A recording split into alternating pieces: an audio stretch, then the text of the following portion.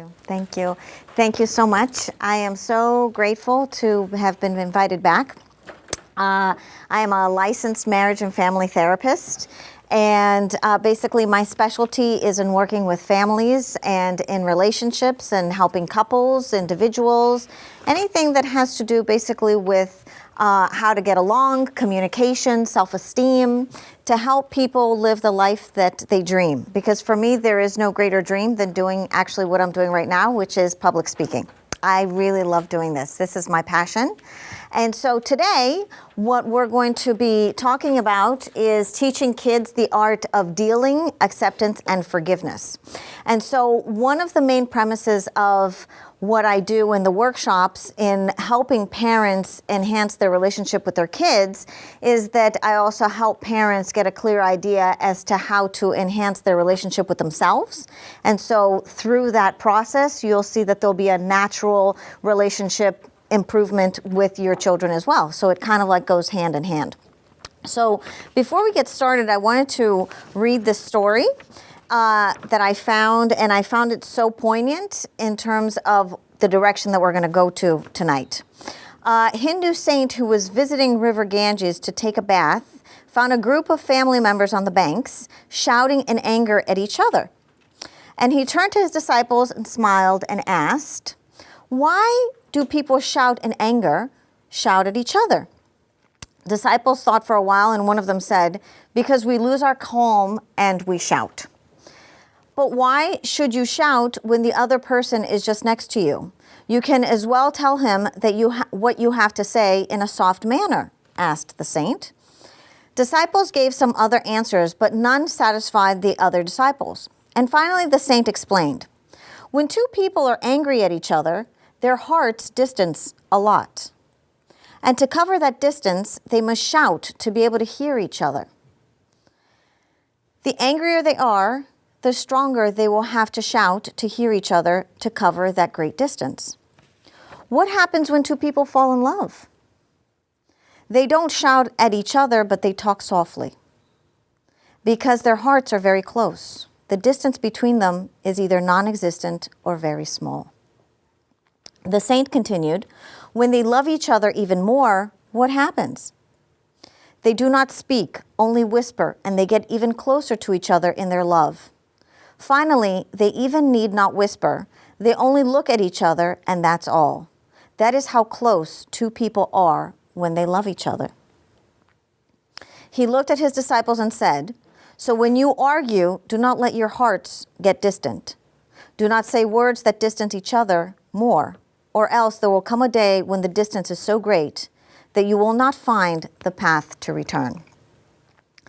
So the main reason why I chose this story is because as parents, we have such a deep love for our kids, and we have such a deep commitment to our families, and we oftentimes want to teach them and want them to hear us, and so desperately want to connect with our kids, and we struggle with how to do that. And sometimes the very way that we choose to do that becomes counterproductive to what we're attempting to create. So tonight, we're going to kind of break down the anatomy of dealing and acceptance and forgiveness, because this is a really vital piece in terms of rebuilding relationships.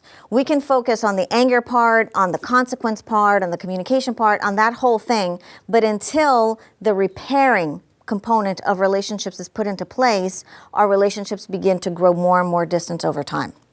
So this workshop is a little bit more interactive, so I'm going to be asking some questions. If you choose not to participate, feel free to just say pass. But I would love to hear your thoughts, your comments, your opinions, your questions, so feel free to interact. And I also have like specific exercises. So Amy, there you go. So dealing. What is dealing? Dealing is our ability to manage and engage in the challenges we are faced with in our lives. So basically, how we deal with the challenges will dictate the quality of our life. So how we react to these challenges dictates the quality of our relationships. Right now, there's different ways that we deal. And so, if you could click it. So some common ways, now You need to click like every single one a few times. So some common ways adults deal is we avoid and we procrastinate, right? Like we're not going to deal with that. I'm just going to pretend like it's not there. We make excuses. Oh my God, I'm so tired. It's so cold. I'm so busy. We blame. It wasn't me. It's him. If he or she only was more organized or had told me, it wouldn't be my fault. We get angry. Anger is a really common way of dealing because when we get angry, we create emotional distance and we push people away. And so then we don't have to be accountable. We keep it inside. We pretend like it doesn't bother us. So as long as we keep it inside, we don't have to deal with it. We hold on to how it should be. This is like when we get really tired, that voice inside your head that says, why are things like this? I can't stand it. I try so hard. It should be like this. My house should look like this. My kids should behave this way. And so we become very entrenched on how things should look, controlling the outcome. So this is what happens once we get over the how things should be. We're like, okay, it's not going to happen again, and I'm going to plan a lot better, or I'm going to be clear in my expectations, or if I only tell my children 110 times, maybe by that extra 110th time, they're actually going to listen, right? So like we begin to become more and more controlling, or we minimize it. It's not important. Who cares? We're not going to do it. Or sometimes, alcohol, drugs kind of helps you kind of just forget the whole thing, right? Like we use avoidant behavior to just not deal with it at all and to just completely check out. So this is how adults deal. Now, this is how kids deal. They avoid and they procrastinate. They make excuses. They blame. They also get angry and they have temper tantrums. They also keep it inside. They also dig in their heels and they resist. Oftentimes they give up. I can't do it. It's too hard. I'm not going to try anymore. They also ignore it and they also manipulate. Right, so if you notice, the two lists are really similar. And the interesting thing is that however our children choose to deal, it triggers us. There's a whole relationship there with how they choose to deal and how we get triggered by their avoidance. Because in our minds, and this happens really, really quickly, in our minds, it's like, oh, you are not going to not deal with this, right? Like, I'm going to make you deal with this. And so we kind of like want to shove it in their face so they can actually look at it and not avoid it and do what we do, right? But if somebody came into our house and shoved the things that we avoid in our faces, we wouldn't really like it. And more than likely, we would do what they do, which is resist and push back, right? So, what are some of the ways that you deal? So this is more of the interactive part. Now you can take notes and you can kind of do these exercises on your own, or you can feel free to share. But if you can begin to identify what are some of the ways that you deal with stress, what are some of the ways that you deal with disappointment, frustration, mess, with being overwhelmed, feeling alone, with kids, with conflict. So like, for example, there's some of these that I can deal with because I'm used to it and I've become more accustomed to recognizing it. But then there's other ones that are much more difficult for me. So, for example, stress, I know when I'm feeling stressed. So I know how my body feels.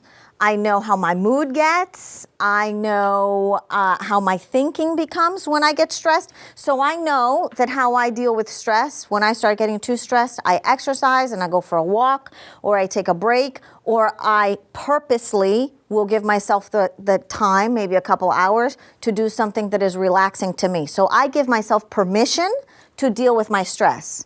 But like, for example, disappointment, I don't have such a clear relationship with disappointment. And so when I get disappointed, I usually go to the angry place. Like, this is not supposed to be happening. And especially if I get disappointed, like in a relationship. And like, let's even take it a step further, with my husband. So like if my husband promised that he was going to do something, like change the light bulb in the garage, and he doesn't change it, or it's been, a few times that I've repeated it, when are you going to change the light bulb in the garage? That disappointment, the way that I deal with it is one of those ways. It's more like blaming and controlling and wanting to force something to come out a certain way. I'm not so easy breezy as I am with my own stress. right? So there's different areas in our lives that affects us in different ways, and we have different relationship with these areas. And so the clearer we're able to identify how we deal with different areas of our lives, the more responsible we can be. Okay, so effectively dealing. Right, so I kind of showed the ineffective way, and the ineffective way is kind of like the way that we automatically deal, like what comes up regardless of what the circumstance is. There's no thought to it. It's our automatic reaction. So to effectively deal, it does require effort, it requires focus and preparation, but more importantly, it requires acceptance. And this is the tricky part. Because oftentimes the question becomes, so you expect me to accept X, Y, and Z, right? You expect me to accept that it's okay that my house is a mess? Or you expect me to accept the fact that my child got a D in history? Or you expect me to accept the fact that, I don't know, my kid has tattoos, or that my child's not going to college, or that I got fired from my job, or whatever it might be, right? And so what we begin to do is things in life happen, and we don't accept it. And when we don't accept it, what we begin to do is we begin to resist it. Now, this is not a conscious process. It's not as if something happens and you say, oh, I'm going to resist it. What happens is something negative happens. Something that's not supposed to happen in our minds happens. And then all of a sudden we put all of this judgment on it. Now, if we were to correlate it with our relationship with our kids, right? So I want you to see how this is the perfect storm. There's a lot of love. There's a lot of caring. There's a lot of protection, right? We have a lot invested in this relationship.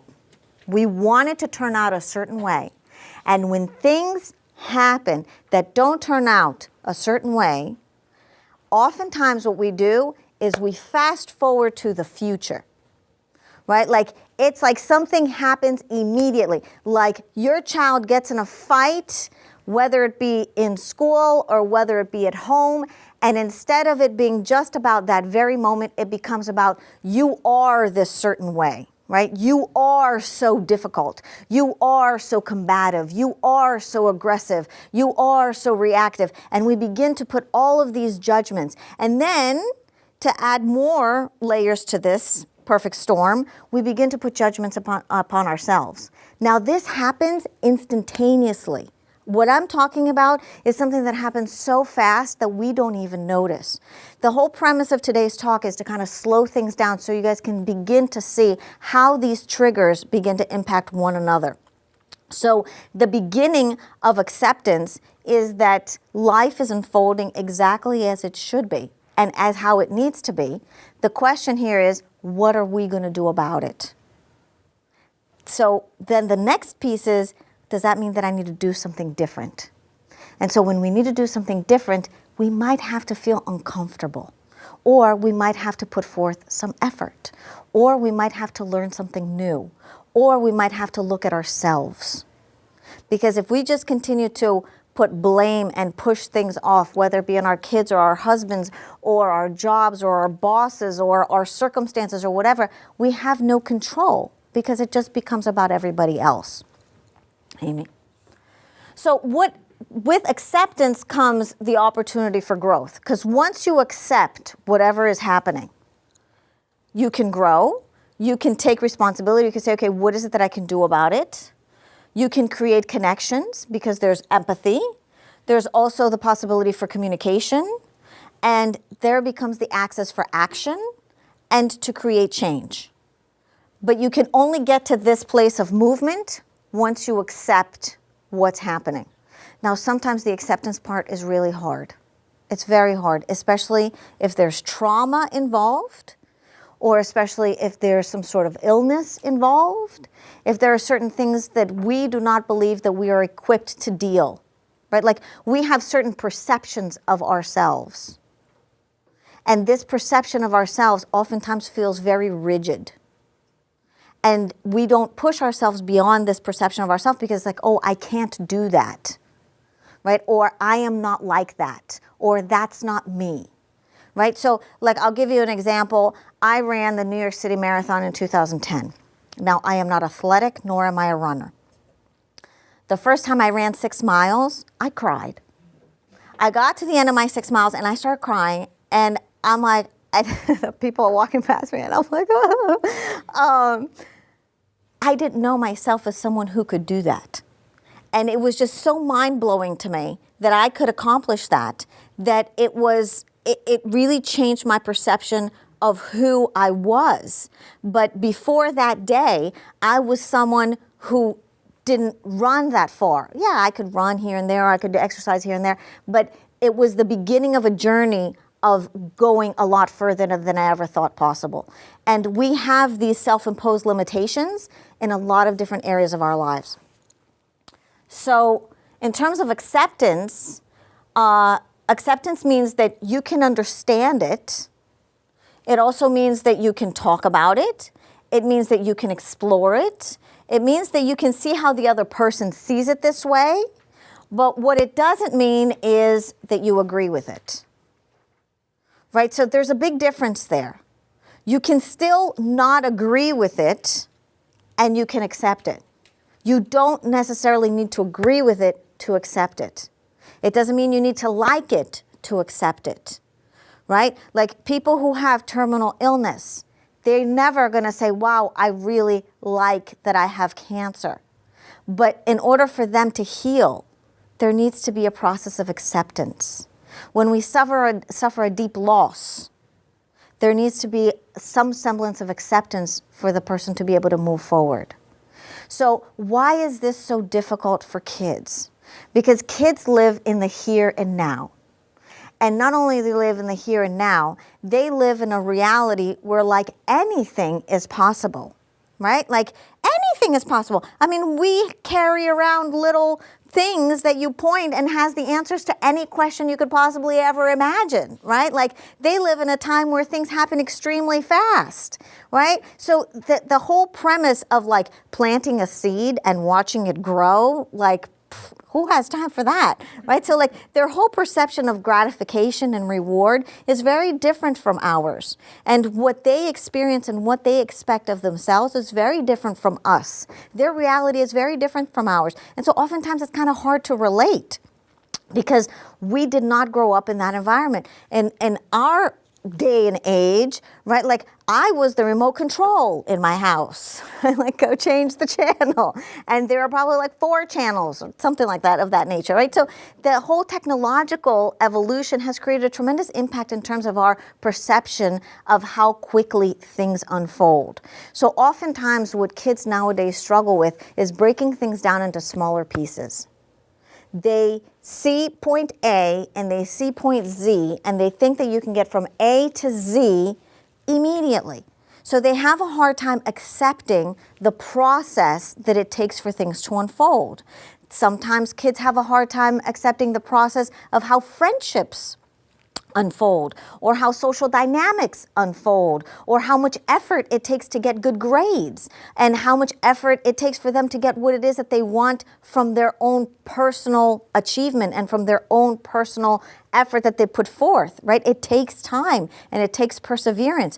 Oftentimes kids really struggle with that. So the whole premise of acceptance, oftentimes because parents don't know how to teach acceptance, it's just like, deal with it, or that's just the way that it is, or it has to be this way, right? So the key is to help them break it down into smaller pieces. So cycle of resistance. Cycle of resistance is whatever we resist accepting. And so this is kind of like the audience participation part of it as well. So choose a topic that is repetitive in your life, either with your kids or another area of your life. So take your time and kind of do this, because there's a series of questions that's going to walk you through. And for me, a repetitive area of my life is my relationship with mess. I have like a thermometer, let's just say, in my head, that I can be like, okay, I'm cool, the house is okay. I'm stepping over stuff. I'm like, oh, it's okay, we'll clean it up later, we'll have a talk about it. And then it gets to like a certain point that like alarm bells start ringing in my head. And I'm like, my head starts spinning and we need to do something about this, right? Now, so I struggle with mess. That's something that is difficult for me. So next. So how do you resist it, try to fix it, or control it?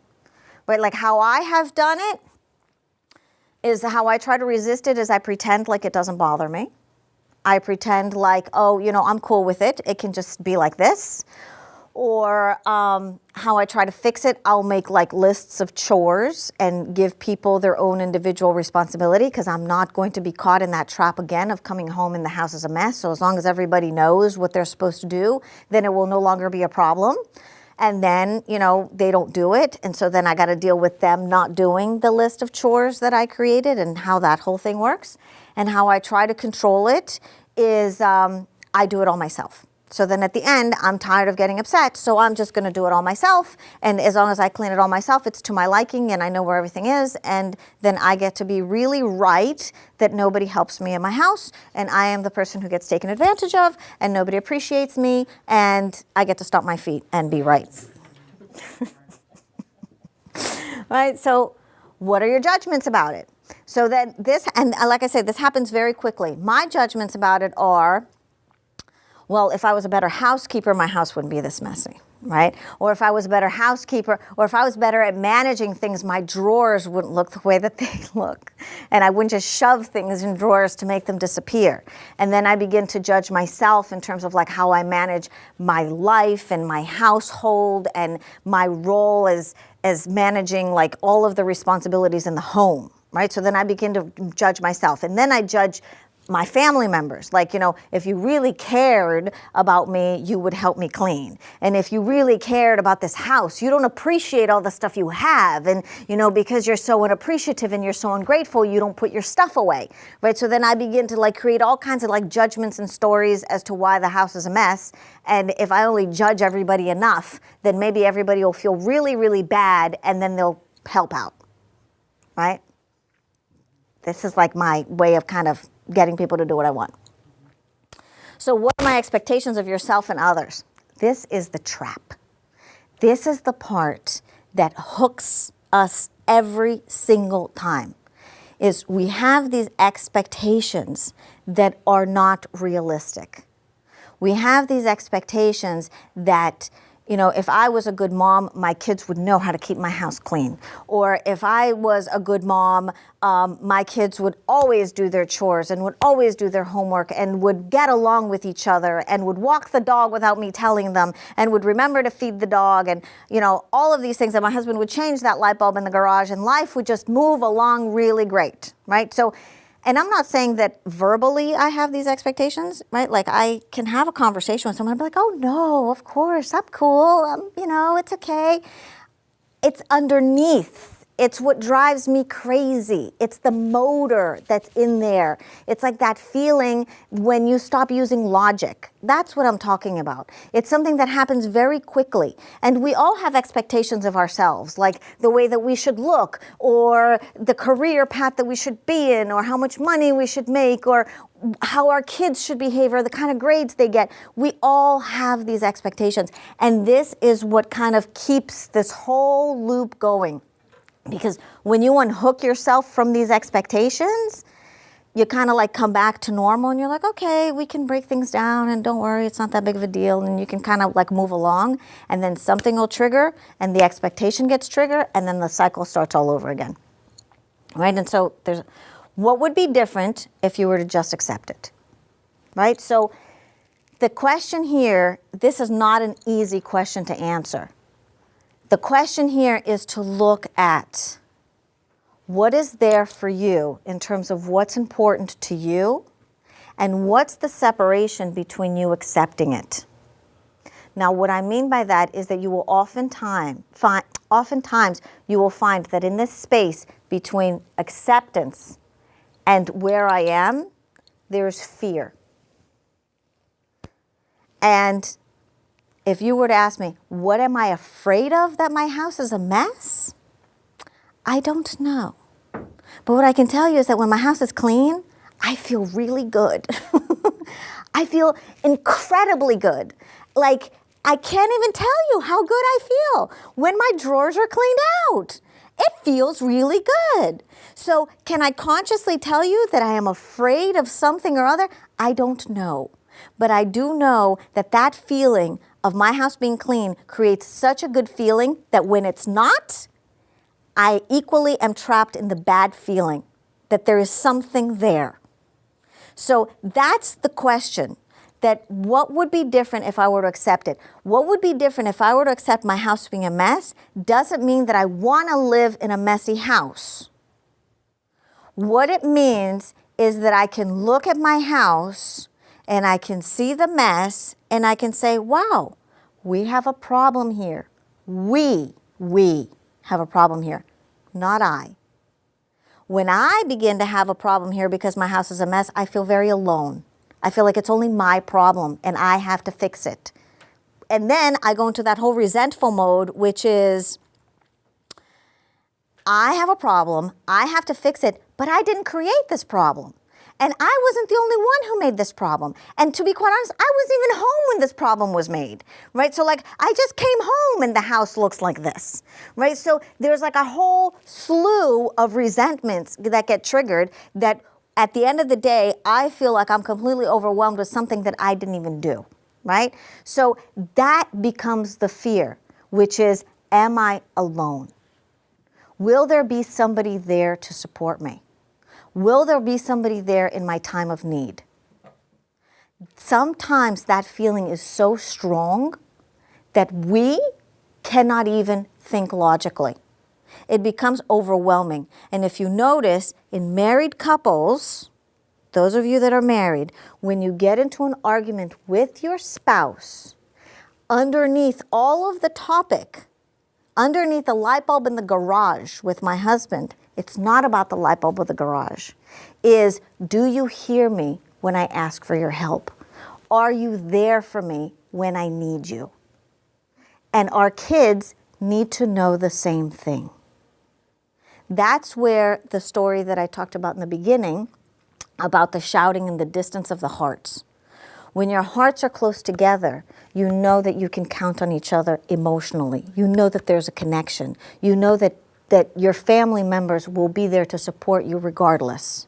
So when I can accept that my house is a mess, and I can be okay with it, my house is a mess. Doesn't mean I agree with it, doesn't mean I like it, doesn't mean I want it that way. It just means that my house is a mess. And this house is a mess. We, together, need to clean it up. How are we going to go about doing that?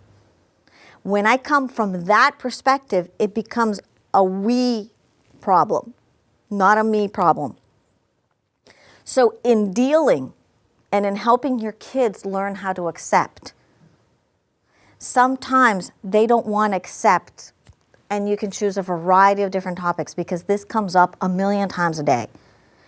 They may not want to accept that their sibling chose a different channel. They may not want to accept what's for dinner, right? Like it can be the most minuscule thing. And even though it's minuscule, when you add those things up and you add them up and you add them up and you add them up, it feels like a ton of sand, right? Because it's these little bickering things that begin to kind of like corrode the connection in the family. And so if you guys are able to first accept that that's part of being a family, that's the first piece. We're going to accept that this is what happens in a family. And what is it that you're accepting? You're accepting that when there's a group of individuals living under the same roof, under the same space, there is going to be conflict. Conflict exists. That's what happens. And so part of accepting that conflict is you're going to begin to move through it, right? And in a little bit, I'm going to go into the steps about how to do it. So identifying your cycle of resistance is really, really important to begin to gain an understanding as how to do things differently. Next. So how do you treat yourself? This is also a big one. right? Because first we have our cycle of resistance, like how we interact out there, and then we need to begin to identify what's happening in here. So when you feel disappointed, frustrated, sad, angry, not good enough, not heard, unappreciated, whatever messages you tell yourself is what ends up fueling your cycle of resistance, because it happens internally. Now, I am certain that you guys here are just as savvy as I am. And I am so smart that I can create lots of justifications and proof and evidence as to how it has nothing to do with me and it has to do with everybody else out there, right? And I can write a whole dissertation and bring up things from the past. Well, because on January 7th of last year, you told me that this and this and this, right? So we create a whole dissertation so it has nothing to do with us. And then our cycle of resistance becomes about somebody else. And if only they wouldn't resist, I am just lovely, right? So why would I resist anything? And so the key here is that if you can become more aware of how you treat yourself when you make mistakes. Are mistakes allowed to happen? Is mess allowed to happen? Right? I know that a lot of my relationship with mess in my house comes from watching my mom. Right? Not to blame her, but my mom really liked to keep a tidy house. And to her, her sense of validation was to keep a clean house. And so somewhere along the way, I took ownership of that. And my sense of self or self-worth is directly related to me having a clean house. There's a correlation there.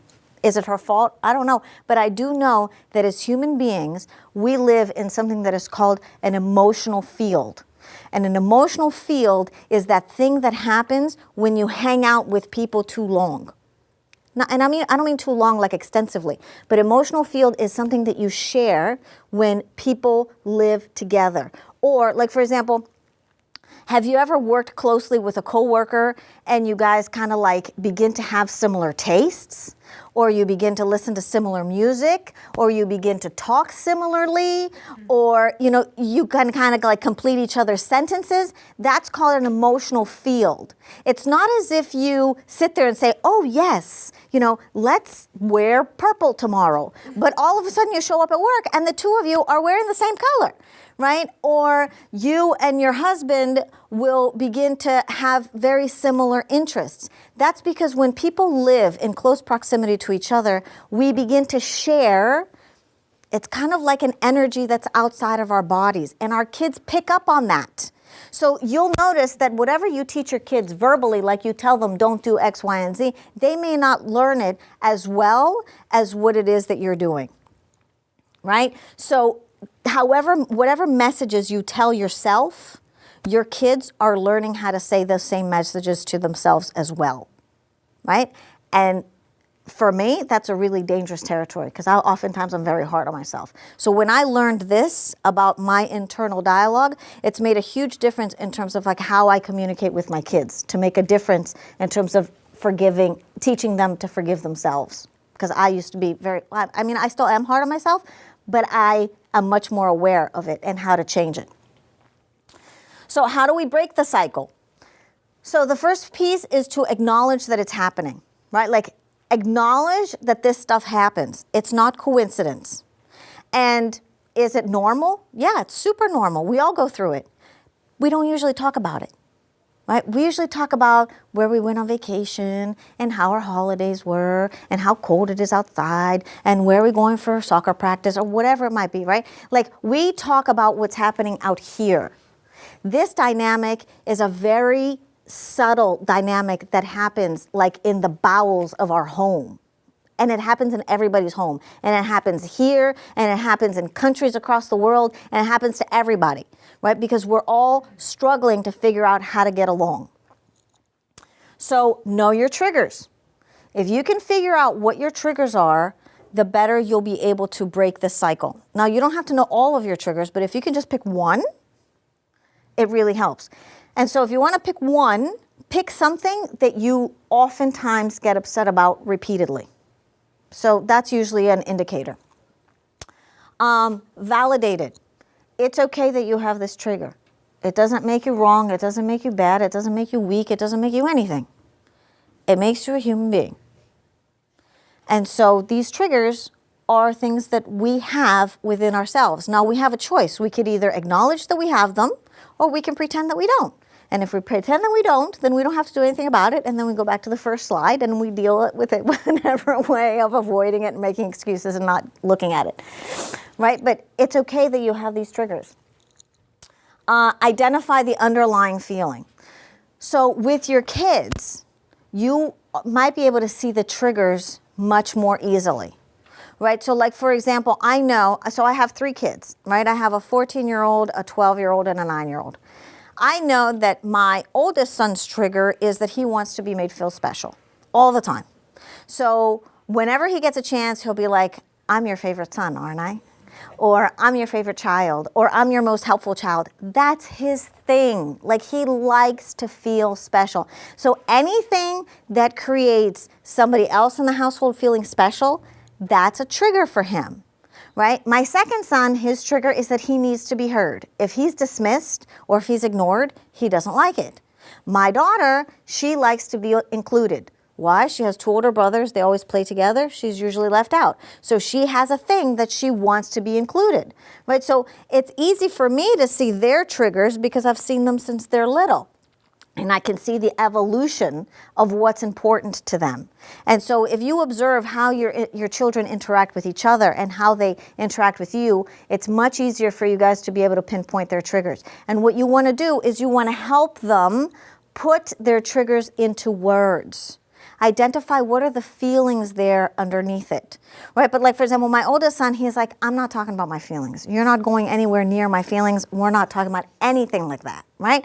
So in not talking about feelings, that's okay, because feelings are something that in order for you to get there, there has to be a lot of safety, right? Like, the judgment and feelings don't go together.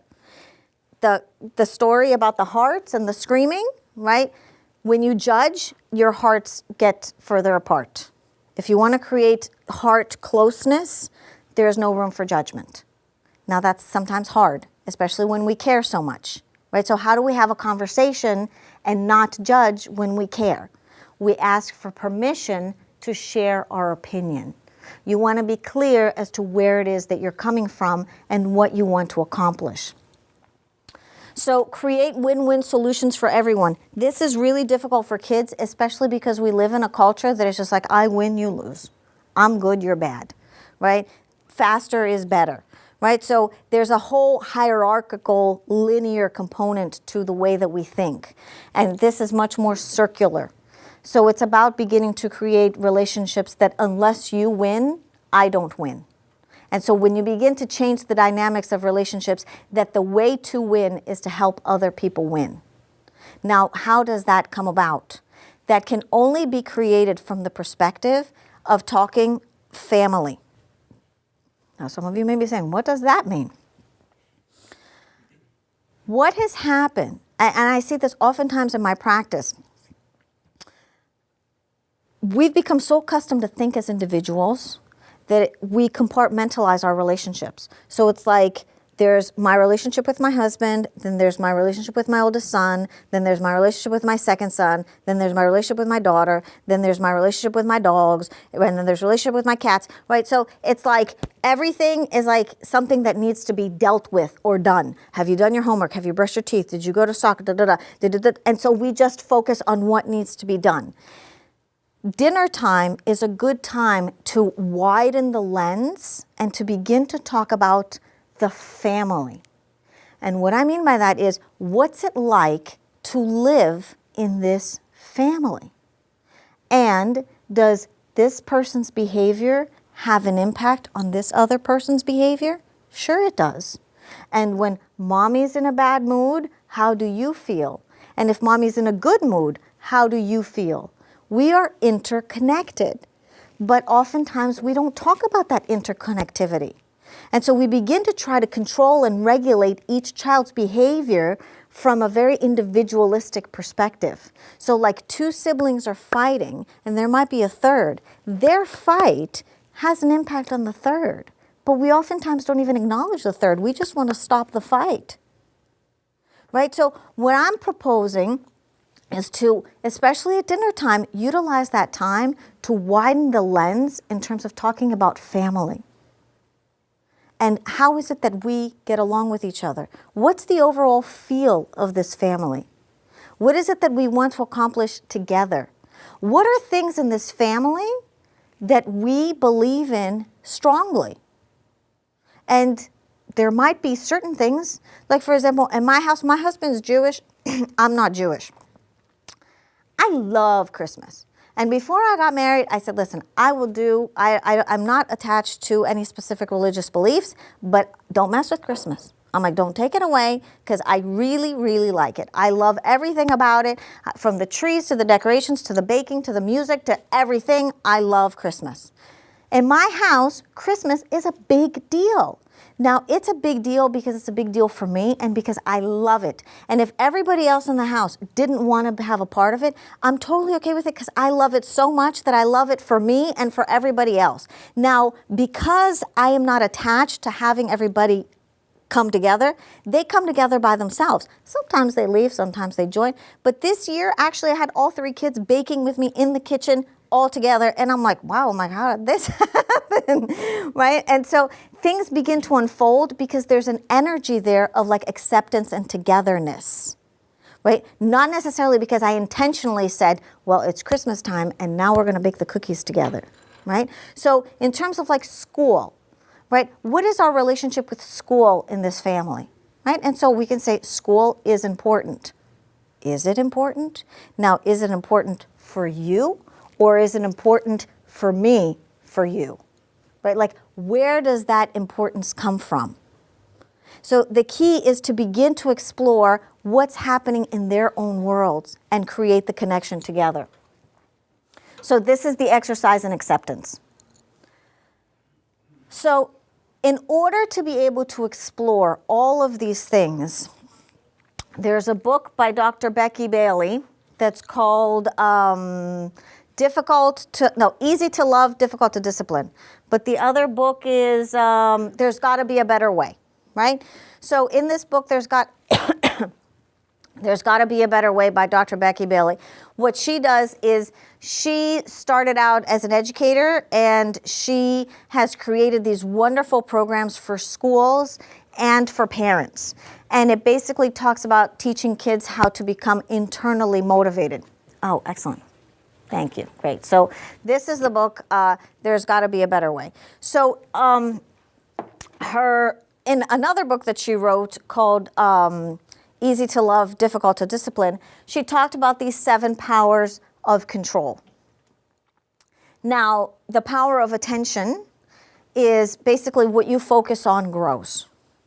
So if you focus on conflict, you're going to create more conflict. If you focus on mess, you're going to create more mess. Now, it's difficult not to focus on what drives you nuts. At least I can say that from personal experience. I'm not one of these zen-y people that can just walk in and be like, oh, let's just focus on the positive. No, I get ornery, I get complaining, I get very irritable when things aren't going the way that I expected, right? So the key to practicing the power of attention is to remind yourself that what you focus on grows. Now, this is a daily reminder. All of these practices in this workshop and anything having to do with parenting, it's very similar to going to the gym. You go to the gym one time and you walk on the treadmill, or you take a class or whatever, you walk out and you're like, oh my God, that felt really great. But was there really a difference in your life? And the answer is not really. It felt really good. It was a nice experience. The same way this workshop, it felt really good. It was a nice experience. You're going to walk out of here.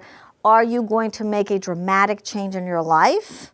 Probably not. The question here becomes is, what do you want to do with this information? Because from leaving here until making a dramatic difference in your family, there's a road. And that road takes practice. And in practicing, it's about revisiting these topics. Because oftentimes, these topics sometimes are difficult, they're painful, they're frustrating, we don't know what else to do, right? So there's like a feeling of like stuckness. But until you keep on revisiting them and revisiting them and revisiting them, you can break them down into smaller pieces, and then you'll be able to find kind of like the path of solving it. But it's not just about you. It's about creating the team component. This is all of us together. The power of love. See the best in others and in yourself. Right, so oftentimes, especially if siblings are fighting, right, like it's difficult to see the best in them. And I don't think it was in this book. There's another book that I remember that I read, you know, before you discipline your child, make sure that you can think of 3 nice things to say about them. And I remember I'd like go up the stairs and I'm like, he's got pretty eyes. Right? And I would like come up with the 3 nice things, but regardless, I was still really mad. So bottom line is that when you're angry, you're not going to be able to discipline. When you're angry, all you're seeking is revenge, whatever form that might be. But you're just seeking to gain back control. So it doesn't work. Right? So however it is that you can discover and connect in seeing the best in others and yourself. That's the hard part. 'Cause I don't have any problems in seeing the best in other people. Oh my God, they're so great, they're so smart, they're so nice, they're so this. Seeing the best in myself is really, really hard. Why? Because at least for me, I judge myself based on the results I produce. And so if I'm not getting the results that I produce, then I must not be worthy very much, or very worthy. And so if my kids are fighting, I must not be a very good mother, right? Like linear thinking. That's like reactive thinking, right? So then my self-worth goes down, and then I try to control it, because obviously my self-worth is attached to how they get along. You see, there's a lot invested in that. So this power of love takes practice. Next one. Power of acceptance. Things are meant to be, right? This is somewhat what we were talking about, that life is unfolding exactly as it needs to unfold. And in acceptance, you will be able to create movement. The power of perception. No one can make you feel a certain way. That's tricky, especially if we're in that mode of dealing of blame, that, you know, he made me so angry, she made me do it, she made me kick her, and she did this or he did that, right? So the power of perception is about you becoming aware that no one can make you feel that way. Now with kids, it takes a little bit of time until, they're able to internalize that, because they are only able to internalize what they see. Right? It's difficult for them to internalize this at younger developmental stages. This power of perception doesn't get solidified in a child probably until the age of like 9 or 10. Right? So it does take a little time for this one to mature. Power of intention. Conflict is an opportunity. You can always look at conflict as like, this shouldn't be happening, or you can look at conflict as, this is an opportunity for us to learn something new and for us to deal differently. Now, am I saying that in my household, when there's conflict, I'm like, oh, look, this is an opportunity for us to get along better? No, I get sucked right into it, right? And I scream and yell or try to get people to calm down, or I get mad, or I send people to their room, or whatever, right? Like, we all have our reactions. And I mean, and there's some people that have a very like Zen personality. Like I say, I'm not one of them. But what I can tell you is that once we've calmed down and there's like that awkward space that is left after an argument or after like a yucky episode, we can do a few things. We could either like ignore it, right? And then we just step over like all the garbage that we just said to each other, and we're going to pretend like it's not there. Or we can actually look at the mess that we created, the emotional mess that we created, and what are we going to do about it? That's the piece that is the power of intention, is to utilize that conflict as an opportunity to make it better. That's the piece where you can utilize those differences and say, how could we have done that differently? So the power of free will, you can only change yourself. So you could sit there and tell your children that you only wish that X, Y, and Z would be different. Now, we have tried to change them numerous times. I have like a PhD in trying to change my kids. And I have like a double PhD in trying to change my husband. Right? It doesn't work. And it only leads to a lot of resentment and frustration. right? So when I work on changing myself, I know that when I'm rested, when I exercise, when I eat well, when I feel like my life is in balance, when I feel like I have time to do the things that I need to do, and I listen to my inner voice, then I'm able to deal a lot better with what's happening out here, right? But it really is about discovering that balance, not necessarily about perfection. So the power of unity. We all fundamentally want the same thing. And you can use this distinction in any area of your life because we all want to be loved. We all want to be accepted. We all want to feel special. We all want to feel like we belong. That's a fundamental need of human nature. And so when kids argue, believe it or not, it's how they are trying to figure out that they belong. I know it makes no sense, but it's the same reason why we yell at our husbands or we yell at our wives, because we want them to listen to us, right? Like the story said in the beginning, we're trying to get our hearts to come closer by yelling at each other. It doesn't make any sense, but that's how we do it. Because we care so much. If we didn't care, we wouldn't yell. We'd be like, oh, who cares? But the emotional brain has no logic. So if we can begin to talk about how we all want the same things, and what are those things, and help your kids begin to identify and talk about the things that are important to them, and you'll be surprised that it's not about what we think that they would say. It's not about stuff. They have really interesting thoughts and ideas about how to create unity. Really great stuff. So this is from the book, Easy to Love, Difficult to Discipline. So going into forgiveness, this is a tricky one. Because usually what we do is we go through life experiences and something happens and we get hurt. And so then the first time it's just like, oh, okay, I'll let it go. Or especially if you're a younger one, you don't really make such a big deal of it or whatever. But if it keeps on happening over and over and over again, then we begin to kind of like chuck it back here. It's like we have like a truck that we like hold these little pieces of evidence. And, you know, they're like little pieces of gravel, let's say, and we just keep on carrying it. And we keep on chucking these little pieces back there. And before you know it, your truck is really heavy. And so then the question is how to forgive, right? And oftentimes I've had this conversation with my husband. My husband's just like, just let it go, Olga. Why can't you just let it go? I'm like, who knows how to do that, right? Like I hold on to things because I want to protect myself and I don't want it to happen again. And I'm right. So as long as I know that I'm right and I don't want it to happen again, I can hold on to it. But there's a price to it. So how do we teach our kids to forgive is we tell them, go say you're sorry, right? And so then what do? They say, sorry, right? And so is it heartfelt? Usually not. It feels very superficial. Does it work? Nah, right? Like we're teaching them how to say the words, but like, you know, is what we're trying to accomplish really working in there? Now the question is, what's missing? Right? Like, what's missing in their apology? Who can tell me? They don't know if they want to say sorry or doing wrong, or remorse. they feel horrible that they did something and they don't want to. Right. And so, yeah. So there's they don't want to admit that they did something wrong.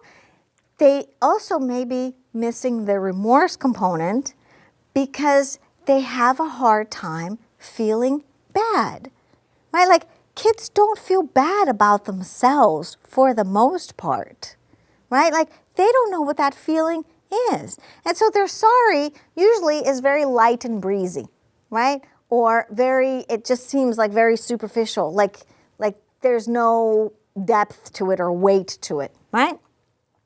So how do we create that? Well, like I'm going to make you feel bad. If you only feel really bad about yourself, then you can say a really good sorry. How does that work? Right?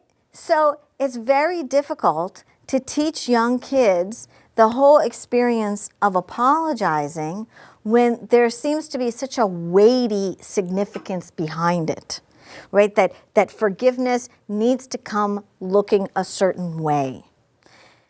Now, this is the interesting thing. It doesn't have to come in any certain way. The question here is not necessarily about the person who's saying I'm sorry, it's about the person who's receiving the apology. And so what you want to do is you want to check with the person that's receiving the apology, what is it like for them when they hear that I'm sorry? And how do they feel? And what are they experience? And what is it that they would like? And how is it that we can repair this? Because it's only through this level of communication of asking, what does that feel like for you? Are you able to really begin to create the reparation process? So the question is, how did that feel for you? Or what was that like for you on the inside? Right? Like you want to help kids begin to verbalize what happens on the inside. Because oftentimes, it's an awkward feeling to go in there. It's an awkward feeling to go in there sometimes for adults. They don't want to talk about their feelings. They don't want to go very deep. And so the more comfortable you can help your kids feel about going on the inside, the deeper they'll be able to not only have relationships, experience relationships, but also be able to communicate what their needs are. Because our needs come from the inside. Now, I'm not talking about needs like I need to have the remote control, right? I'm talking about needs like I want to feel that my brother loves me. I want to feel that I am wanted. Those are much more important feelings that kids may not necessarily articulate so clearly, but they articulate it with their behavior. So next. Okay, so the language of forgiveness. Eye contact, very, very important.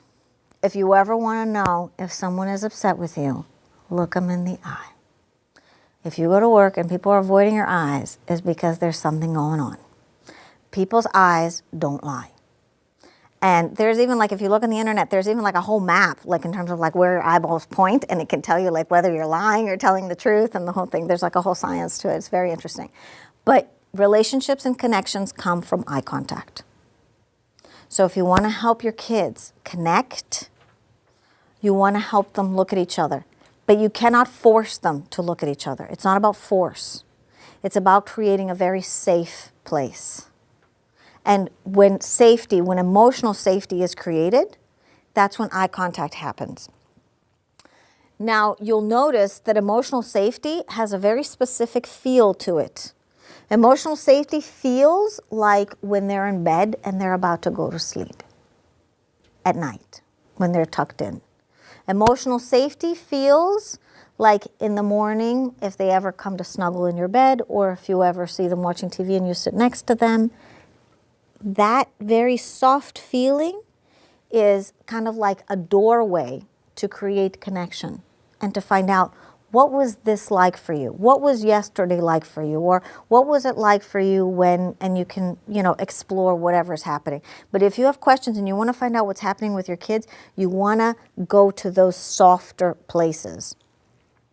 Soft tone, right? So that's why those times are really, really important. And there are times like, after school usually is not a very soft time. Well, it depends. After school for boys is not very soft. They want to go and do something. They either want to go outside, they want to play basketball, they want to like decompress. After school for girls is a very connective time because they want to tell you about their day. They want to tell you about what happened. They want to tell you about their spelling test or who they sat with at lunch. So boys and girls kind of have like different softness spots.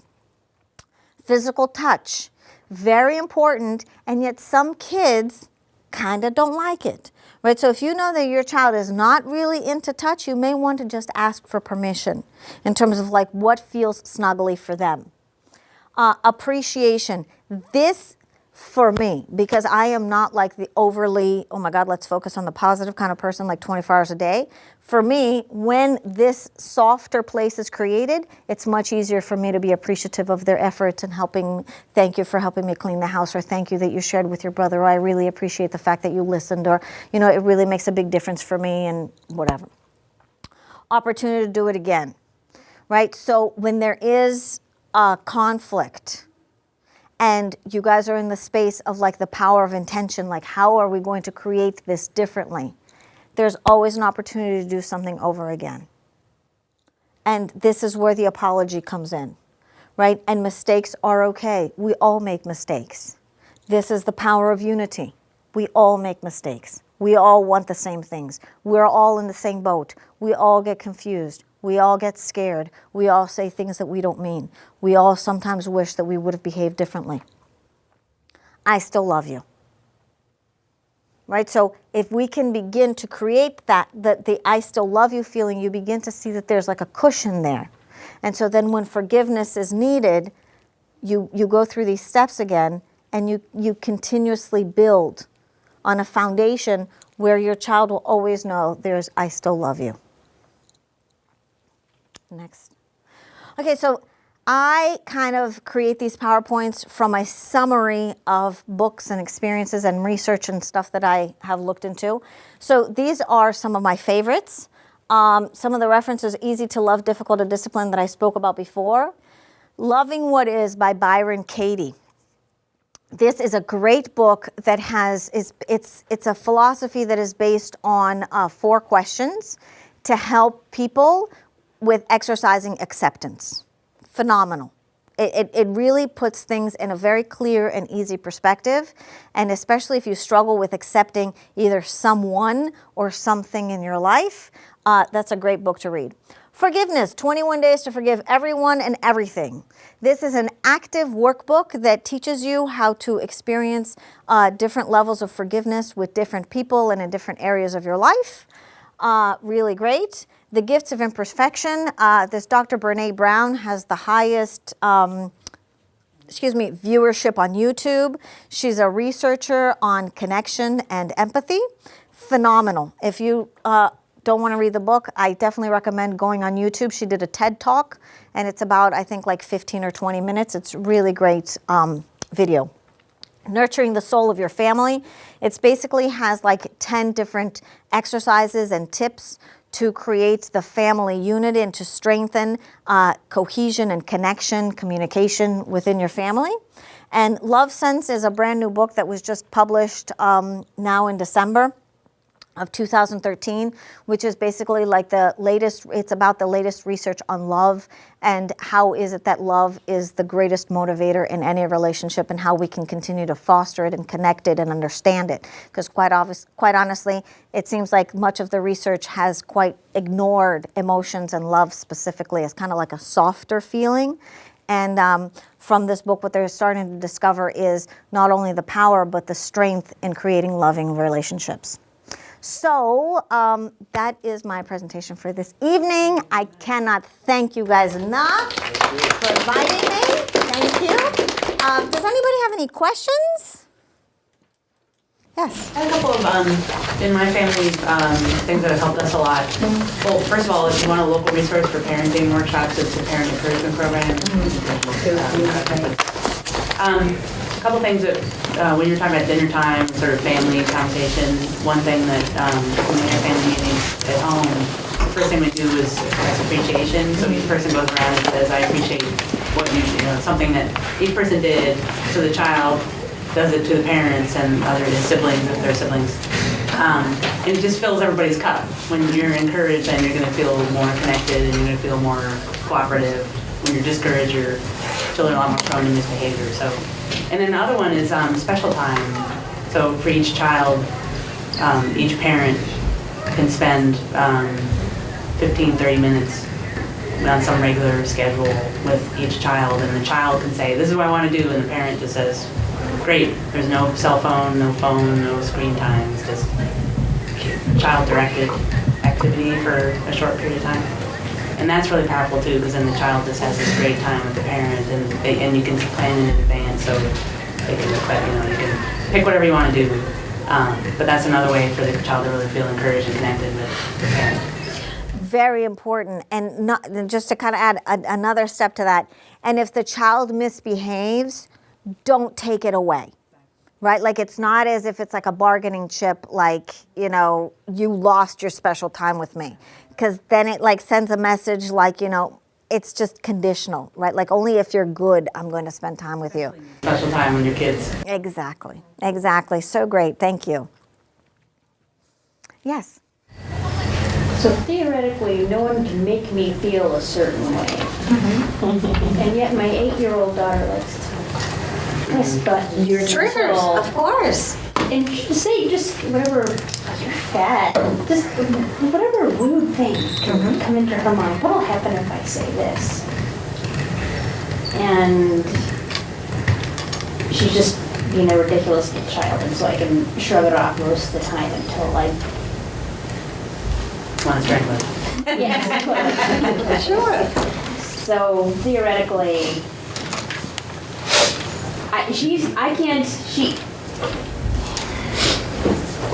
how does one accept that? Good question. Good question. So, is your question in accepting, does that mean that you're okay with it? I'm not okay with it. I want to tell her what you're doing is making me feel a certain way. And I don't want to I know I'm responsible for how I feel, and yet I don't want to let other people off the hook for being Great point. obnoxious. Right, right? And she's just seeing what happened. She's just being silly, and yet I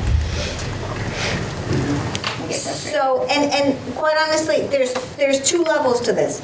There's the semantics, which is like, how is it that you're going to convey this message? And then there is how you're feeling underneath, right? So the semantics is, yes, she cannot make you feel angry, but does it hurt your feelings that she says those things? How do you feel when she says that?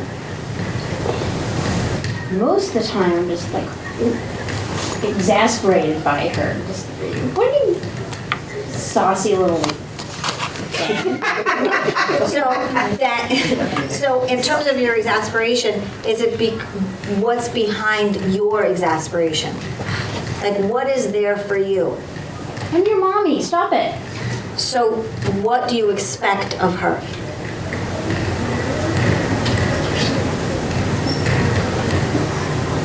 You don't have to say every obnoxious thought that comes into your head. Okay, maybe. okay. So is it that you don't have to say every obnoxious thought? Or is it something of the nature like, I'm surprised, or I'm hurt that you speak to me that way? She's teasing, and sometimes she doesn't know when she goes over the edge. Okay. And so what you just said was absolutely beautiful and perfect. She's teasing, and sometimes she doesn't know when she goes over the edge. Now, that feels very different than what?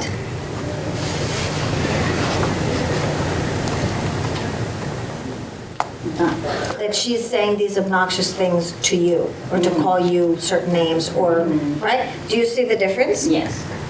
One of them is like personal against you, and the other one is she's trying to either be funny, Yes. or That's she's trying what to do. get attention, right? Like, I have my middle son wants to kind of be a comedian, and sometimes his jokes are just not funny, and they're really just not appropriate, and like, he really misses the mark, right? Sometimes when he lands them, super funny, really great, everybody's like on the floor rolling around laughing, which is like super reinforcement to him, but then other ones, it's just like, that was a flopper. Right? So if we begin to take that personally, then I would get angry, because then I'm looking at him like he's being disrespectful. Right? So that's the distance. And it's just, it just creates like an emotional distance, which is, one is she's going through a period of exploring for herself, and the other one is she believes these things about me. She's just trying to be funny. She's trying to be funny, so that's her. Right? So when you look at her like she's trying to be funny, then what do you want to do? Let's joke nicer, sweetheart.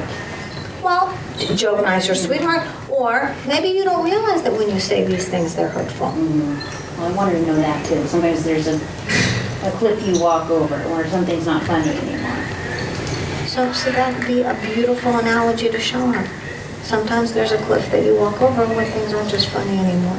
And when you say those things, they're just not funny. Really great. Awesome. Any other questions?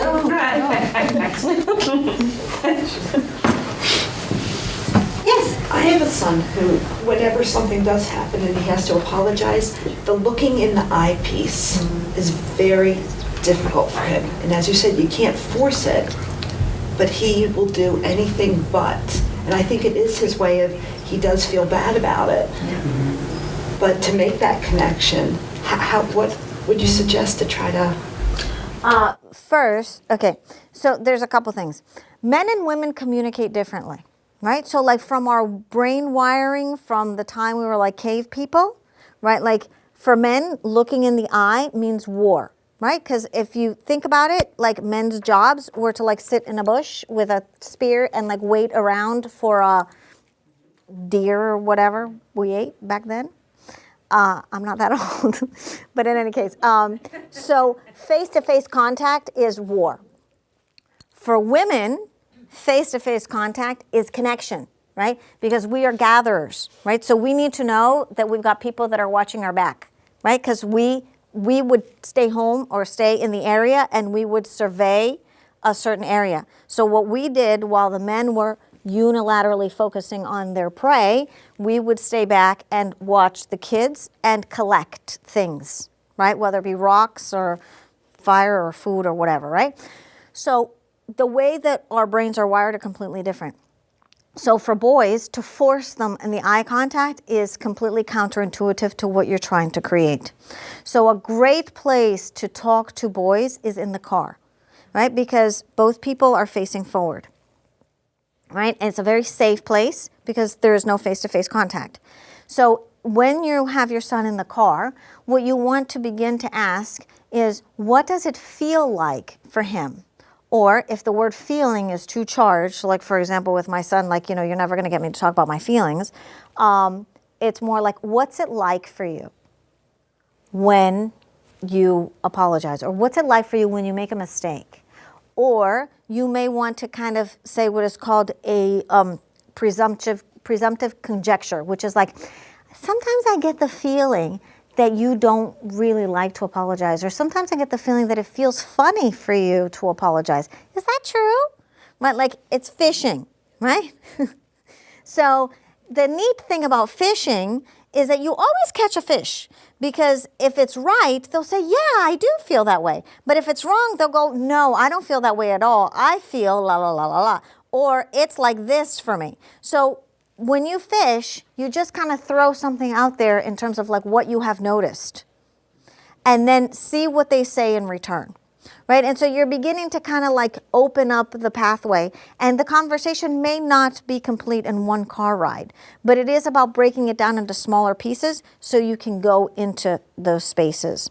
So, you know, you could piecemeal it like in the car, and then when they go back to bed, and, you know, next time you apologize with something that would be helpful, or, you know, maybe it might not even be about the apology at all. It may be about how he feels about himself. So you may want to explore, like, what's it like for him when he makes mistakes? Or then, if he doesn't want to talk about it, you can fish some more and go like this. I'm really hard on myself when I make mistakes. What's it like for you? You see, so that's more like innocuous fishing. So there's different ways that you can kind of like broach the subject without making it sound like, gee, let's have a conversation about how you say I'm sorry now, right? That's too heavy and formal. So try those, right? Okay. Any other questions? Okay, great then. Thank you so much.